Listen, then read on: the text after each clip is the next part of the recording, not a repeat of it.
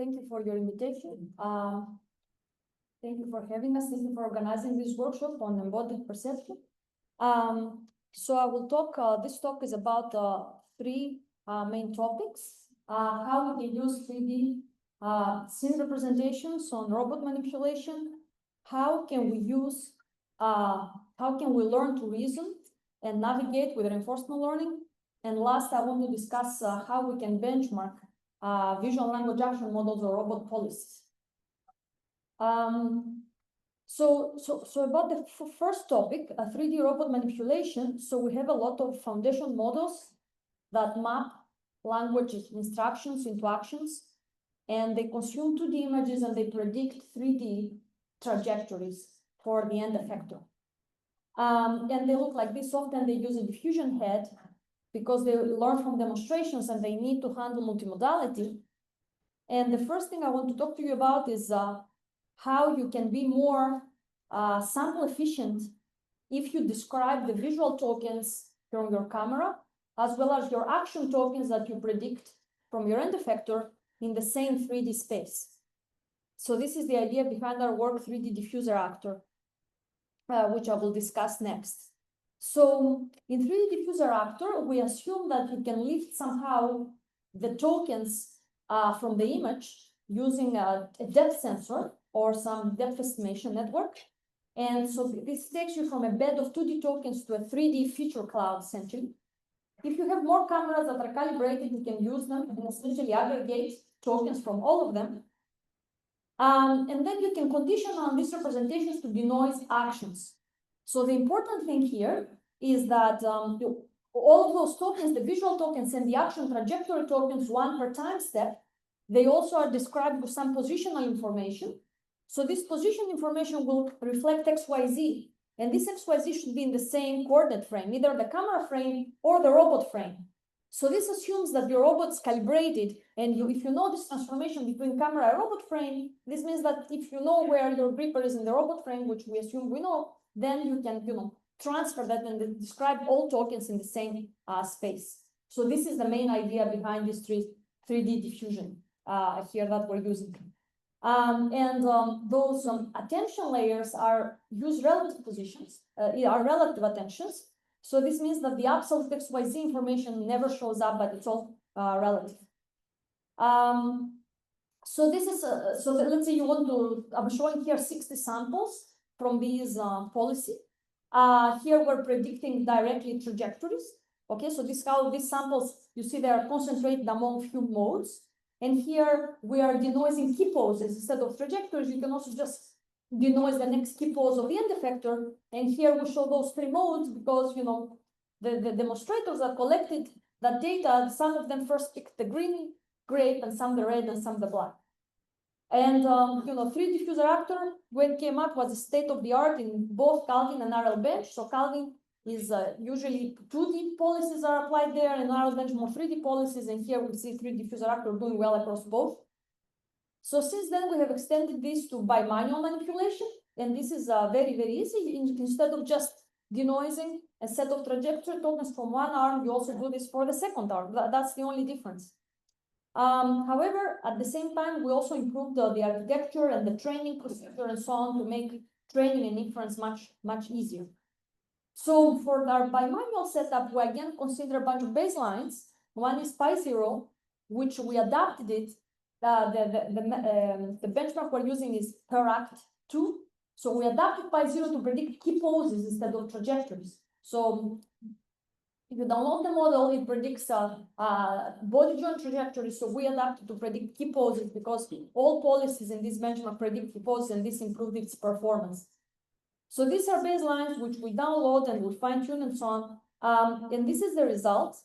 And we see that 3D FA, the 3D flow actor, which I just showed you, and by the way, we call it, of course, flow matching actor because we don't have diffusion anymore. We have flow matching. This makes also inference much faster.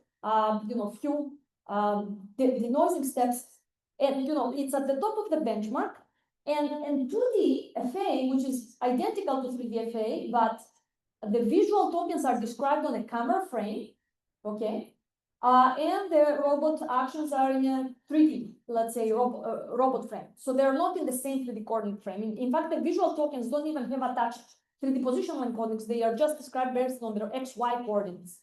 So you see it has worse performance. Now it has worse performance, but at the same time, it doesn't need calibration, right? So this is a big benefit of the dark blue model. And then Pi0, our adaptation of Pi0 actually beat all the previous baselines that were in that benchmark. And you know, Pi0 comes here pre-trained on a lot of videos and so on, while most of those methods were trained directly in that data set. So 3D flow match actor comes with the much faster training and inference. So you can see here, yeah, both. So on the left, you see how flow matching can converge much faster at inference time, and also that is much easier to train than our 3D diffuser actor from a varying number of cameras. So we applied that model on a bunch of bimanual tasks on a real robot on the mobile Aloha. We use mobile Aloha because it's much easier to collect demonstration data. We use 40 demonstrations per task. And then, you know, we see that it actually does well. Now, we were very surprised. We thought that, you know, calibration is very easy to get in a robot, but, you know, we found that especially when the gripper is extended, it actually has 1 centimeter off. And, you know, 3D FA relies on calibration, okay? So, of course, this is a problem of our robot. So, this is a problem of the method. Yeah, so this is how it looks like, and this is just from 40 demonstrations.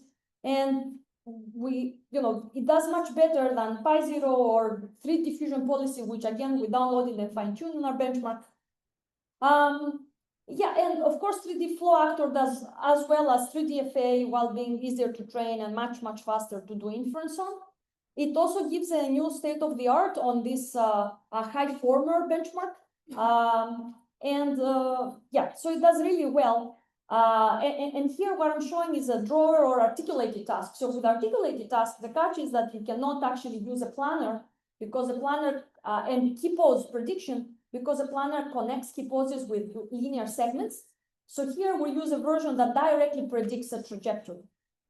So this is the first part of the talk. And of course, I want to mention that the visual backbone is pre-trained. So pre-training the visual features makes a big difference. In the light of the previous talk, which I really liked about planning versus control, I will call this a planning method, right? So it doesn't have this very important dexterity that you need to, you know, put a bolt on a nut and so on. But we see that if we reason on that 3D joint space, we can be much more sample efficient. So the second thing I want to discuss is, again, about embodied agents, right? And the question is, can we learn to do active vision with reinforcement learning? Can we adapt vision language models for embodied perception, okay? So our goal is, we are in an environment, we have a task, for example, found a book in the apartment, and, you know, of course, you can download a model, a visual language model, you can prompt it well, spend a lot of time on designing the prompt to tell you, okay, which way should you move, or which direction should I pick? And in fact, there has been this type of prompting navigation papers, has been best papers in ICRA and so on. But the question is, can we download the VLM and actually adapt it and improve it and train its weights to make it navigate better in the scene? So this is what I will discuss. And, you know, since DeepSeek R1, you know, there is this excitement that, you know, you just download a model, you sample trajectories, and then train with GRPO or DAPO, you know, these very nice, important technical details to get right, with essentially a variation of PPO. How do you, without supervising at all the thought chains, so you just tell the model think first, and then give me an answer, and essentially you have something that they call the LLM judge, you check if the answer is correct. So if it's correct, you get a plus reward. If it's not correct, you get a minus reward. And based on the final answer and its correctness or incorrectness, you reinforce or essentially discourage the intermediate chains of thought. Okay, and I mean, this is very important because chains of thought are hard to supervise. They're long, and it's hard to hire people to supervise them for you. Now, navigation has been addressed in the following ways, or active vision. either will prompt a vision language model to take me to the right place or to find the object that I'm looking for, or I'm going to train large-scale PPO on insane amount of environments and thousands of scenes. And if you remember, Polyformer did that, and they got Best Paper Award in Coral 2024, I think.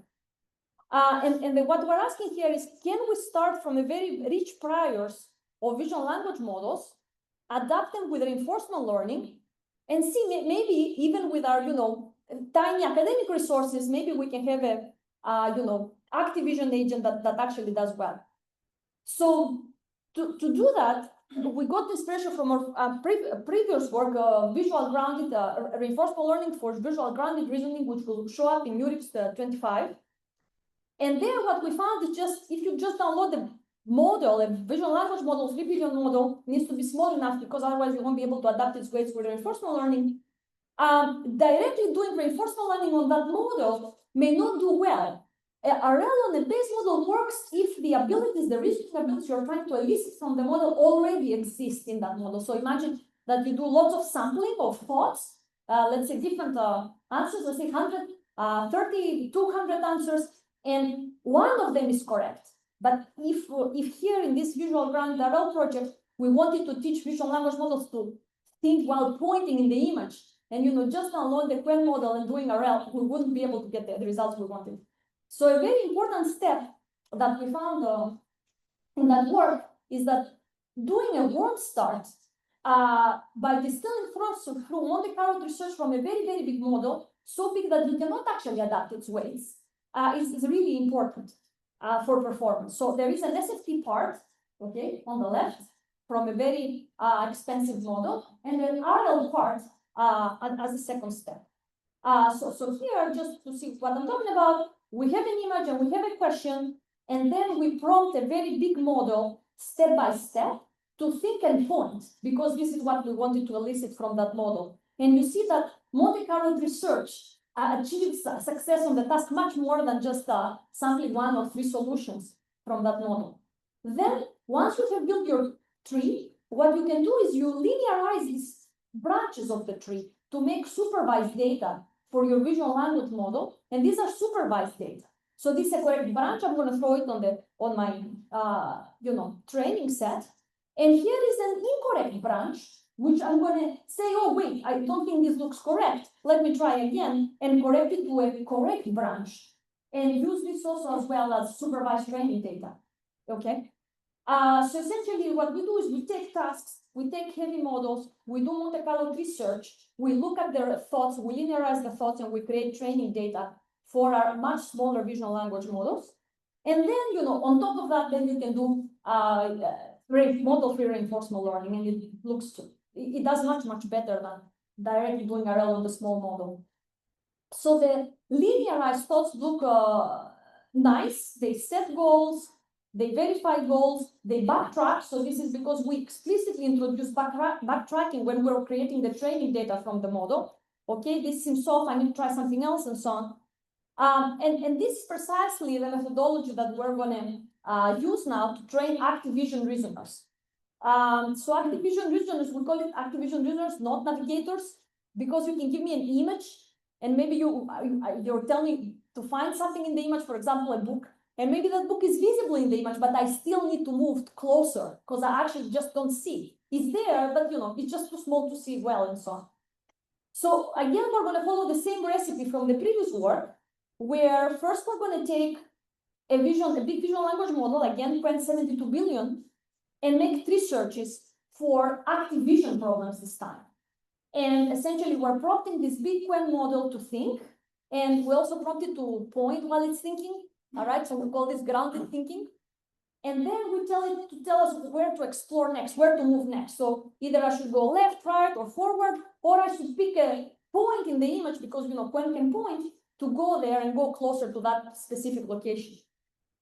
So this is what we do first. And so this is how the tree looks like. And then we take this data, we fine tune the model, and then we do reinforcement learning, essentially a version of GRPO. Multi-turn reinforcement learning. So these 2 steps is what it takes. So now we have the agent that is given a task, and then it's trying to analyze the scene and points which way it's going to go next, or says move me left or move me right. And then it goes to the location that it wanted, and then keeps thinking and so on till it finds where it needs to go. So the difference is that along with the images it takes, there is this thinking that essentially says, oh yeah, this looks like the scene.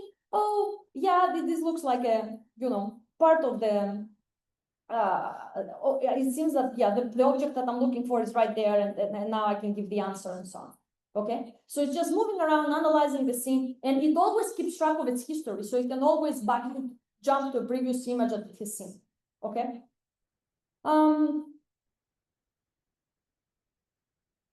So this is another example, and again there is the thinking and the pointing and the analysis in the scene, etc., etc. And if we look at the results, let me jump to the results, is that if you do this method, you do much better than if you just directly do reinforcement learning on a small model. If you first do the SFT and then do essentially RL, as well as better than if you just do prompting. So here is some table that you can check. So just prompting a model to solve the task, it's hard. Of course, it depends a lot on your ability to design a good prompt, but we did try a lot of things that people have tried in prior work. Also, just one of those two steps that I told you that we combined, just doing SFT from the model versus just doing RL without SFT, still, kind of worse than, doing the both steps in the model, okay? I mean, this is kind of work in progress, but we're excited on the fact that we can rely on visual language models and their rich priors to guide embodiment, all right? To go by embodied. So here is the last part. We all care a lot about making progress in robotics, and we see all the tweets coming out of robots doing great things. But there is a big research problem which has to do with how can you benchmark those policies. Their abilities expand, which means that just to evaluate their capabilities, you need to spend more and more time testing them, right? So, and testing is actually extremely tedious. You have your robot, so this is how we evaluate it in the real world, are the policies that I showed you earlier. You need to constantly reset the scene, and you need to rely on your human assessments based on how well the robot did in this task and so on. So this is a real problem. Let alone that we cannot, trust the researchers to evaluate correctly the baselines and give accurate assessments of their performance. Moreover, I mean, we need to go beyond the fact that, oh yeah, we also went to the real world and we did 3 tasks, and look, I did well on my 3 tasks, because these are robot generalists, and the whole point is that they can tackle a big, wide distribution of tasks. So just going in the real world and testing on few, on very few tasks just to put them in your paper, I mean, it's not potentially the right thing to do. At the same time, the problem is pretty challenging. There are these simulation datasets, which actually I showed you results on earlier, specifically from RL Bench and Calvin. But these datasets assume that you train and test in them, right? So, and essentially they focus on this very narrow domain. And we saw that a generalist like Pi0 didn't have a benefit over a specialist like our 3D diffuser actor, okay? And so the problem remains. So how can we evaluate these robot policies? And isn't it important that we evaluate on, how to say, actually, this is an important question. Let me try to phrase it correctly. Is it important that the training data is the same? So here is a LM arena, language model arena, that was introduced from Berkeley. And I think it's the first evaluation framework that really doesn't care about the training data of the model, just says, I'm going to have a user that I'm not even paying. The user submits a task, then 2 LLMs that are anonymous, the user actually doesn't know what these LLMs are. They submit their answers, and the user needs to cast a preference between which one he likes best. And so this is how it works. And it doesn't matter what training data are being used and so on and so forth. So in this way, you crowdsource preferences from the actual users that were the ones that will consume those VLMs and LLMs in the first place. So can we do something analogous for robotics? This is our hope behind this work, which we call Robot Arena Infinity.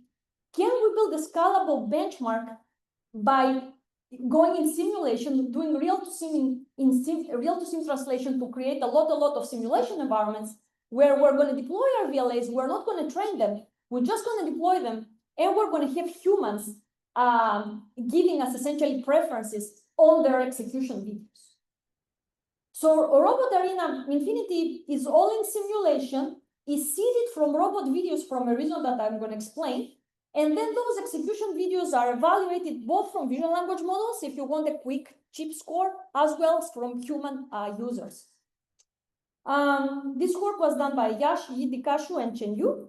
And the important part here for the scalability of the benchmark is that this real-to-sim translation is completely automatic, like there is no human involvement at this part.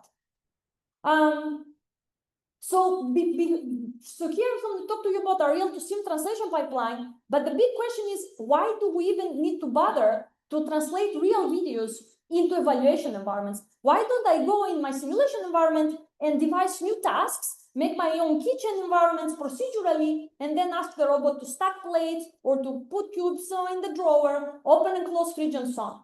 I think this is where we're going, and this is how we started. And there is also a very impressive effort from Stanford on the behavior benchmark that precisely does that. They have made a large-scale simulation benchmark of 1,000 activities. And the problem that this is not being used is because all the robot policies right now score 0 on the benchmark. So the benchmark is much higher the abilities of current robot policies. So we want a benchmark that is actually close to the abilities of the visual language models, while at the same time testing their generalization. Okay, this is the problem. We can always go in simulation and generate new scenes and tasks, but we want to have a benchmark where we can see some meaningful differentiation between the policies. And by the way, we're not at all constrained here on policies trained with demonstrations, learning from demonstrations. They can totally be policies trained in simulation or a mix of simulation and the real world and so on. So the big, of course, effort behind this method is on the real-to-sim translation pipeline. One of the hardest parts was the estimating the robot and camera calibration. So we would have a video and we know what robot is in the video. So we take that URDF of that robot and put it in our simulation environment, but we need to decide where to place the camera. And deciding where to place the camera is this a notorious problem of robot camera calibration, which is so hard that most of the data sets that come out and are publicly available, they're actually not calibrated. So here we use differentiable rendering to estimate this calibration information. First, we go in simulation and we essentially train a doctor robot model that comes from this differentiable robot rendering paper. What this means is that for different configurations of the robot hands, you map them with a neural network to 3D Gaussians by generating those Gaussians, rendering them, and matching them to the corresponding simulation images from different camera views. So you train this model and we need to do that for every robot type. And then you train and you freeze it. And then you take videos from your data set and you optimize for the rotation and translation of the camera with respect to the robot through differentiable rendering. You render the Gaussians and you see how well those rendered robot Gaussians match with a robot being depicted in the video, okay? And you see in the beginning of the optimization, they really don't match, and after enough optimization, they are almost on top of one another, which is good enough camera calibration for our real-to-sim translation. So now we have put the robot and we put the camera, and the next thing we do is we segment the objects and label them in every scene with Gemini, and then we 3D reconstruct them with Con1 3D 2.0. Okay, it's an image crop to 3D mesh model, which are, by the way, getting better, very strong models from lots of recent research efforts. Unfortunately, so I'll tell you in a second. So then we prompt Gemini to give us some physical properties about the object so that they can, in the simulation, they can behave plausibly. And because this image crop to 3D, essentially these lifting modes that I showed you, reconstruct the objects in a canonical pose, Okay, so no matter how you give the object is going to be constructing a canonical pose, then you need to infer that object pose so that you can assemble them correct in the scene. Okay, so this is what happens in this stage. And I want to mention that for the background image, right now we're just painting it. Okay, we are not creating the full 3D background, which is, this is our work right now in progress, because that was the easiest thing to do and the fastest thing to do. So this is the methodology, and then we put everything together. So now you have on the right that simulated scenes with the objects and the robot and the camera and so on. So this gives us our robot arenas, and then we deploy VLAs on those robot arenas, and you get the execution videos. So then you take those videos and you feed them to, you make a web interface. We make a web interface, and this is where we pay, unfortunately, workers. I mean, the idea is that eventually they're going to be so excited that they're on their own. They're going to go to want to score vision language action models. And we ask them, okay, which one of the two execution videos looks better? Okay, or they're a tie. So this is what the workers decide. And also we have some sneaky videos there that we know the answer. So if the evaluator does not get the answer right on our, let's say, sanity check videos in their batch, then we don't accept we don't take into account their ratings. And then we can aggregate responses and disaggregate across 5,000 human preference responses across multiple videos of robots, of 4 VLAs, and this is the human ranking, okay? And we see that the humans like RoboVLM and CogAct much more than Octo and Spatial VLA, which is also the case for our automated Gemini scoring. So this is what I wanted to discuss. I mean, we're proud about this rating. It's the first time that we can have, VLA scored across a lot of execution videos. Oh, I forgot to mention that currently our benchmark is comprised of 100 simulation videos. 70 are derived from Bridge, and then the rest 30 are derived from Droid and HP20T, and we, keep growing these evaluation arenas. And we're also, the other immediate step that we're working on is making a full 3D. This is terribly important because then you'll be able to score policies that have wrist cameras or, robots that actually move around, which is where we want to go. In the future, much like LM Arena has a user that actually goes and asks for specific tasks, we also want to do the same. Instead of just showing 2 execution videos, we want to say, okay, tell us the task, and we make the simulation scene, and then we test visual language action models, which I think is totally possible in like 1 year once the robot policies become much stronger. So thank you very much for your attention, and I'm happy to take any questions.